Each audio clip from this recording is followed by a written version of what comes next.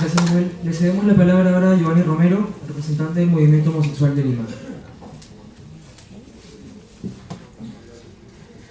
Buenas noches a todas y a todos.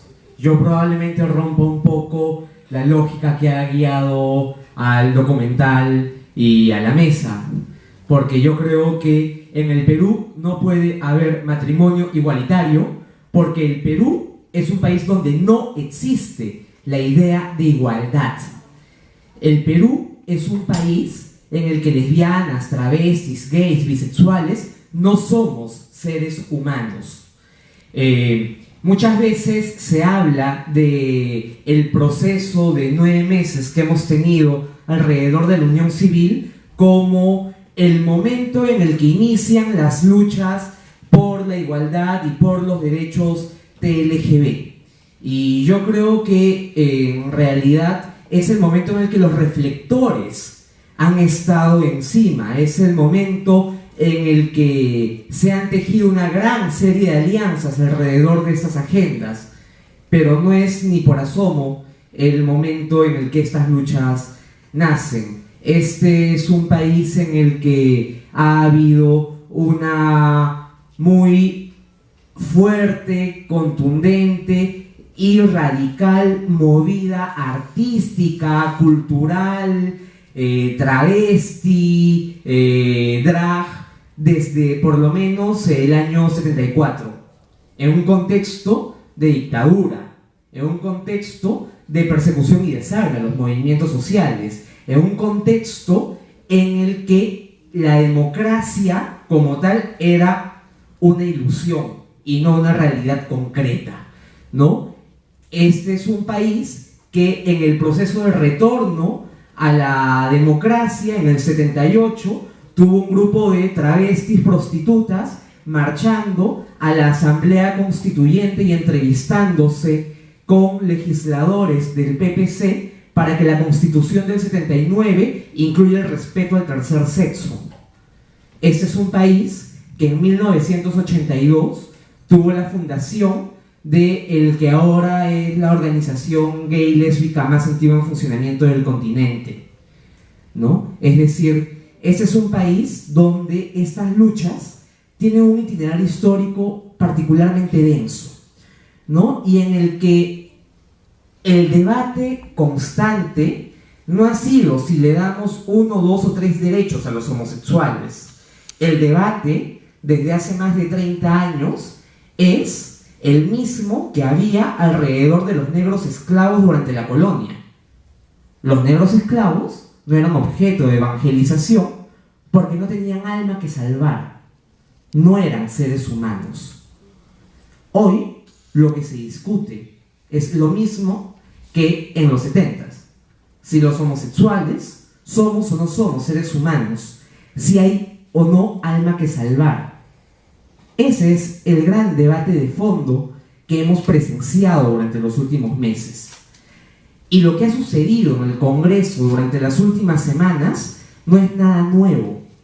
Las negativas y los cuestionamientos a si los homosexuales debemos o no tener derechos son exactamente los mismos que hubieron hace un año en el Pleno del Congreso, cuando 78 congresistas decidieron que no había que criminalizar los asesinatos contra homosexuales. Y es el mismo debate que hubo en el 2010 en una sesión especial de la Comisión de Justicia y Derechos Humanos, que decidió archivar por inconstitucional un proyecto de ley de unión civil muy mal redactado por el APRA, que utilizó la unión civil como cortina de humo en julio del año 2009. Y cuando ningún congresista priista ni el entonces presidente de la República se pronunciaron a favor. Y es exactamente el mismo debate que hubo a lo largo del 2007, cuando nuestros sesudos congresistas decidieron que el Perú no debía ratificar la Convención Iberoamericana de Derechos de los Jóvenes, porque 3 derechos allí contenidos podían abrir la puerta al matrimonio entre homosexuales. Y es exactamente el mismo debate que hubo a lo largo de todos los años 90 para archivar los proyectos de ley que presentaba el MOL con Javier Díaz Canseco para reconocer que los homosexuales también somos personas. Y es exactamente lo mismo que ocurrió durante el 93, cuando Julio Castro, legislador del Frente de Izquierdas, propuso en el Congreso Democrático Constituyente que la Constitución del 93 reconozca todas las formas de familia, es decir, cuando en el 93 este legislador de izquierda proponía lo que ni siquiera proponía el movimiento, matrimonio igualitario. Y es en ese contexto que los fujimoristas, y no los fujimoristas evangélicos, que son los de ahora, sino los católicos, intentan generar un candado constitucional en el texto del 93, liderados por Carlos Torres y Torres Lara.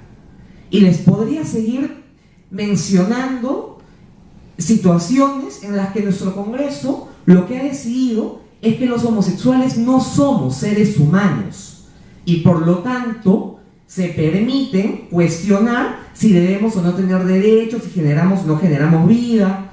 Y este mismo cuestionamiento es el que se está dando hoy en todo el planeta. Creo que hay que tener algo claro: estamos perdiendo la lucha por nuestros derechos, porque si no les estuviéramos perdiendo, ayer en Naciones Unidas no se hubiera emitido una resolución impulsada por Rusia, Uganda, Qatar y Egipto sobre la definición de la familia, y no se hubiera impulsado hace un año y medio otra resolución liderada por Rusia para releer los derechos humanos a partir de la tradición. Y obviamente la tradición que propone Rusia no considera a las personas homosexuales como seres humanos. ¿A qué voy? Se nos habla sobre el fracaso de la unión civil y sobre cómo ahora debiéramos insertarnos en una agenda global rumbo al matrimonio igualitario ahora. Y yo creo que ese es un grave error, porque lo que estamos discutiendo en realidad es si lesbianas, travestis, gays o bisexuales somos o no somos merecedores de derechos. Y lo que hemos tenido las 2 últimas semanas en el Congreso ha sido a los operadores de los sectores más recalcitrantes de este país asociándose, evangélicos fundamentalistas, sodalites y opus, juntos, católicos y evangélicos trabajando juntos, cosa que nunca hubiéramos imaginado y que ahora, como intercambiábamos hace algunos días con Manolo, es realidad concreta. Y lo que se nos viene es peor. No me extrañaría que a alguno de nuestros iluminados congresistas se le ocurra presentar un proyecto de ley contra la propaganda homosexual, como la ley anti-gay rusa o como las leyes ugandesas.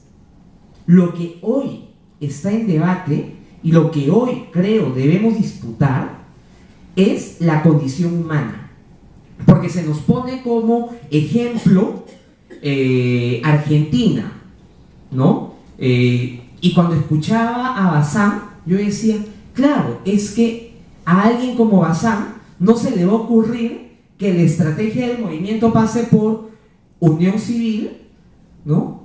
¿Pero por qué? ¿Qué es lo que tienen en común Argentina, Uruguay, Brasil, México? Que hay democracias, que hay elementos mínimos que permiten la convivencia entre los sujetos, que hay una idea de nación y de comunidad política en el que la gente se encuentra y que hay consensos mínimos respecto a los derechos humanos. Y eso, en el caso peruano, no ocurre. Y es por eso que creo que nuestro desafío, intentando pretenciosamente recoger la pregunta que nos soltaba Manolo, pasa por disputar la condición humana, pasa por regresar sobre una agenda básica de derechos, pasa por regresar sobre los crímenes de odio, pasa por regresar sobre las violaciones sexuales correctivas contra mujeres lesbianas, pasa por regresar sobre las terapias de curación de la homosexualidad, pasa a regresar porque en este país cada semana mueren 17 travestis o gays con SIDA, cuando hay la tecnología médica suficiente para que eso ya no suceda, ¿no?